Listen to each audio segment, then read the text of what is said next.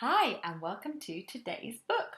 So, this is another non-fiction text, so it's got information in it, it's not a story. And this one is all about bees. Now, I love bees, and bees are very important for us and our planet. Now, this has a little special label on it here that says protecting our planet. This is a Bees Lift the Flap eco book. Now, it explains about that on the back. It says it's responsibly sourced recycled board. So it's all very responsibly sourced, all this material that the book is made out of. It uses plant-based inks, okay, and minimal plastic glues. Minimal means very little, okay, as little as possible. So it's a very eco-friendly book. Not all books, unfortunately, are super eco-friendly, but this one is. There are a few in this range. The trees one and the seas one. I have the seas one. I don't have the trees one yet, but I would like to add it to my collection.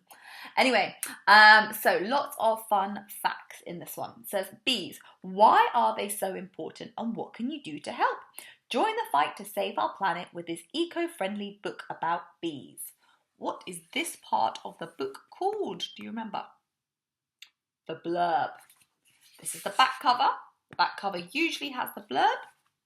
This is the front cover, and it always has the title on it. Okay, the title is going to be in the biggest writing, and sometimes it has the author and the illustrator's name, usually, but not always. Today, we can't see them. So let's see. Can't see the author's name at all. Let's see. But on the back, I can find the illustrator's name, just in small print down here. Illustrated by Carmen, Saldana. There we go. Okay, so let's have a look inside. Oh, here we go. Really lovely books, these ones. So, why do we need bees? Though they may be small, bees play a big role in keeping our planet healthy. Bees help fruit and vegetables to grow through pollination. Let's lift the flap. Without bees, many other creatures would disappear. No, there's a lovely friendly bee. Some bees make honey, which we eat and sometimes use in medicine. Bees eat honey too. It gives them lots of energy. That's important, so they can go out on their busy bee life and do all their important work. Bees help trees, flowers and plants grow. Without bees, we'd eventually run out of many foods such as fruits, vegetables, nuts and berries. Another lift the flap. Oh look, who's that? It's a fox. Trees and plants also provide food and shelter for other animals. And we've got a little robin there. So let's hold those nice and up close. Have a good look at those beautiful pictures there. And these ones here. Let's turn the page. So, we mentioned the word pollination. It's a good word, that. Really good scientific word. What is pollination? Bees are pollinators. That's the job that they do. Pollination helps new plants grow. So it's a very important process. 1. Bees visit flowers to drink a sweet liquid called nectar. There they are. Drink up all that nectar. Let's open the flap. Honeybees eventually turn nectar into honey. So not all bees make honey, but honeybees do. 2. So the second step. In the flower, the bee brushes against a powder called pollen, which sticks to its furry body. So goes into the flower, visits the flower to drink the sweet liquid called nectar. So it has a good old drink. That's what the bee is concentrating on.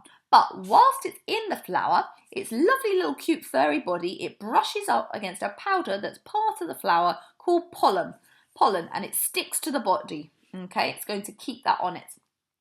Some bees also have special pouches on their back legs that they carry pollen in. So some of them have like little ways to carry the pollen around. Very clever. Now, third step. When the bee visits another flower, the pollen rubs off. Soon the plant grows new flowers and fruit. So in order for new plants to grow, we need the pollen to transfer, to be carried from one plant or one flower to another. Okay, if that doesn't happen, if the bees don't do that, along with some other creatures, then no more new plants. Big problem. Let's have a look at what's under this flap. The more pollen a plant receives, the bigger the fruit will be. So it's like it has to be fed the pollen and then it will grow really big. There we go. So have a good look at those bees. So first step, drink the nectar. Whilst they're drinking the nectar, they get covered in the pollen and then they transfer the pollen onto other flowers that they're going to visit. Let's turn the page. Oh, now we're inside the beehive. Some bees, such as honeybees, live in large groups called colonies. A colony of honeybees lives in a beehive. There can be up to 80,000 honeybees in just one hive. My goodness, that's a lot of bees, isn't it? Worker bees are female. They collect pollen and nectar, make the wax for the honeycomb cells, and keep the hive tidy and feed the other bees. Wow, those worker bees are jolly busy, aren't they? Let's have a look under this flap. Most bees in the hive are worker bees. So most of them are worker bees.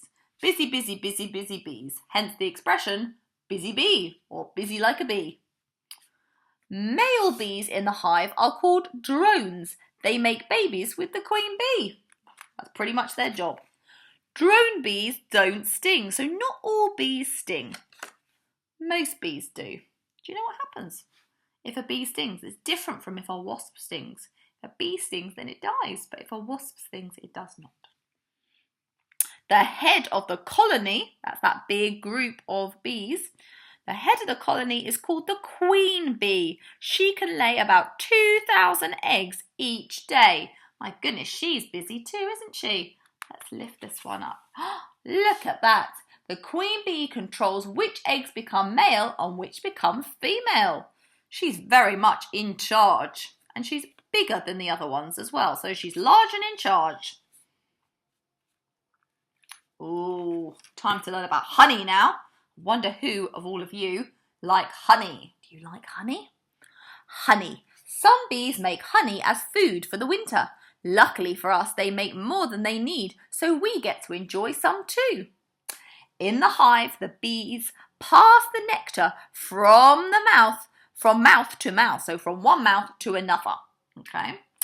And when it gets sticky enough, so mouth to mouth to mouth, it gets stickier and stickier and stickier, they store it in honeycomb cells. Like that. Honeycomb cells. Bees fan the honey with their wings to make it thicker. So busy, busy, busy bees fanning with their wings, and that makes it thicker. Once a honeybee has visited a flower, she carries nectar in her stomach back to the hive. So remember, drinking it all up. She will show others where the good nectar is by dancing a waggle dance. Waggle, waggle, waggle. Oh, I'd like to see that. Can you do a waggle dance? Honeybees have a second stomach called a honey stomach. Wow. 2 tummies. Amazing. 2 stomachs. Some hives are made by people and are looked after by beekeepers. It is the beekeeper's job to collect the honey. You have to be very careful and respectful of the bees if you're a beekeeper, and you have to keep yourself safe as well, which is why they dress up like this. There are lots of different types of honey, and each tastes different depending on which flowers the bees visited. So we'll have a different flavour, a different taste, depending on which flowers the bees visited. Isn't that interesting? Lots of fun facts here. So, why are bees in danger? Now remember, bees are very important, so it's not good that they're in danger. Bees have been around for up to 100 million years. Gosh, that's a long time. But now their numbers are getting smaller. Temperatures are changing all over the world, which means flowers may bloom earlier or later than usual. This gradual rise in the Earth's temperature is called global warming, and this is a problem for lots of animals and plants and people. It's causing lots of problems. I wonder if you know any other problems that are caused by global warming. There are lots of them. Most bumblebees have tiny creatures called mites. living on their bodies, which can harm the bees and weigh them down so they can't fly. Oh dear, that doesn't sound nice, does it? Ugh.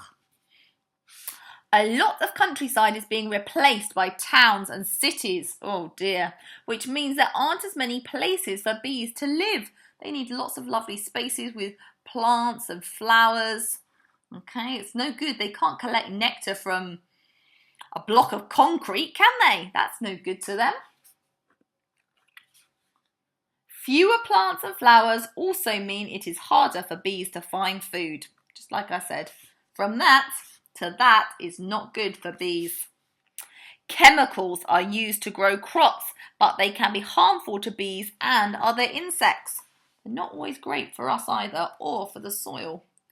These chemicals are called pesticides. The idea is that they kill the bugs, but they also cause a lot of harm too, because actually we need a lot of what we think of as bugs. For example, bees are very important and they get killed by the pesticides, and then they end up making the soil very unhealthy. We can't grow crops there properly, and pesticides can also cause harm to the food, and then we eat the food and then they're not good for us. So it's a big problem.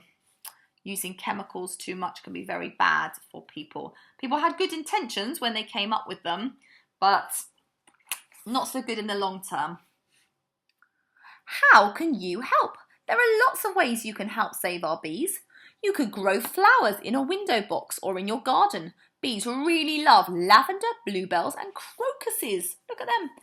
Planting a lovely little garden there for the bees. And it will grow.